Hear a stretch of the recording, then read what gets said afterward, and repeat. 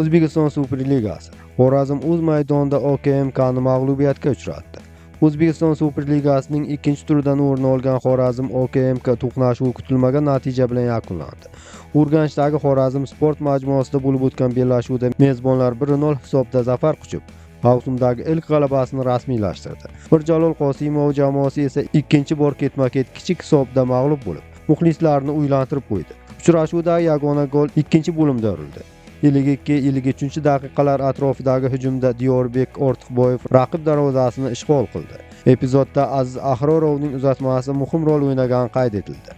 Shu gol butun uchrashuv taqdirini hal qildi. Xorazm ustunlikni saqlab qoldi va oxirgi daqiqalarda ham sovuqqonlikni yo'qotmadi. OKMK esa hisobni tenglashtirish uchun imkoniyatlar izladi.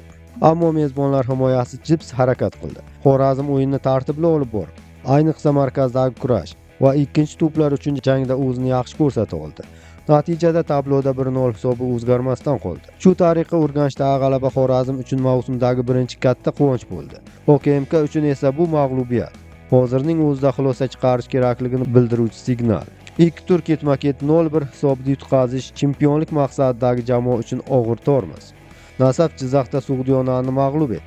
Superliganing 2-turidan o'rin olgan Sug'diyona Nasaf bellashuvida mehmonlar o'z so'zini aytdi. Qarshilikka boy o'tgan uchrashuvda Qarshi klubi 2-0 hisobda g'alaba qozonib, safardan qimmatli 3 ochko bilan qaytdi. O'yinning birinchi qismidayoq Nasaf tezkor va aniq harakat qildi. Hisob 15-daqiqada ochildi. Oybek Rustamov o'z imkoniyatidan unumli foydalanib, mehmonlarni oldinga olib chiqdi. 0-1. Oradan ko'p o'tmay 22-daqiqada Sharof Muhiddinov yana bir gol urib, jamoasining ustunligini mustahkamladi. 0-2. Sug'diyona ikkinchi bo'limda o'yinni o'zgartirish, intrigani qaytarish uchun harakat qildi. Xususan 74-daqiqada jizzaxliklar penalti orqali hisobni qisqartirish imkoniyatiga ega bo'ldi. Ammo Lyubcho Doriyevning 11 metrlik zarbasi golga aylanmadi. Shu epizod mezbonlar uchun o'yindagi eng og'riqli penaltilardan biri bo'lib qoldi. Qolgan daqiqalarda Nasaf hisobni nazorat qildi. Himoyada ishonchli harakat qildi va raqibga xavfli burilish qilish imkonini bermadi. Natijada tabloda 0-2 hisob saqlanib qoldi va 3 ochko Qarshiga yo'l oldi. Dinamo Bunyodkor ustidan g'alaba qozondi. O'zbekiston Superligasining 2-turidan o'rin olgan navbatdagi uchrashuv nihoyasiga yetdi.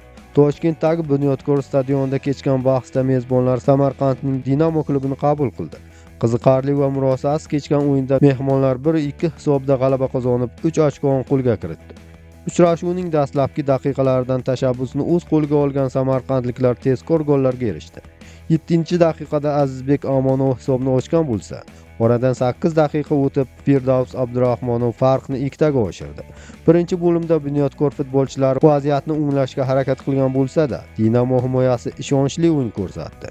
Ikkinchi bo'limda Bunyodkor bosh murabbiyi o'yinni kuchaytirish maqsadida bir qator o'zgarishlarni amalga oshirdi. Uchrashuv yakunlanishiga oz vaqt qolganda 83-daqiqada Samandar Mavlonqulov bitta gol urib, hisobni qisqartirishga muvaffaq bo'ldi. Biroq qolgan daqiqalarda toshkentliklar muvozanatni tiklay olmadi va yakunda Dinamo qiyin g'alabani rasmiylashtirdi. Ushbu g'alaba orqali Dinamo turnir jadvalida o'z mavqeini mustahkamlab oldi.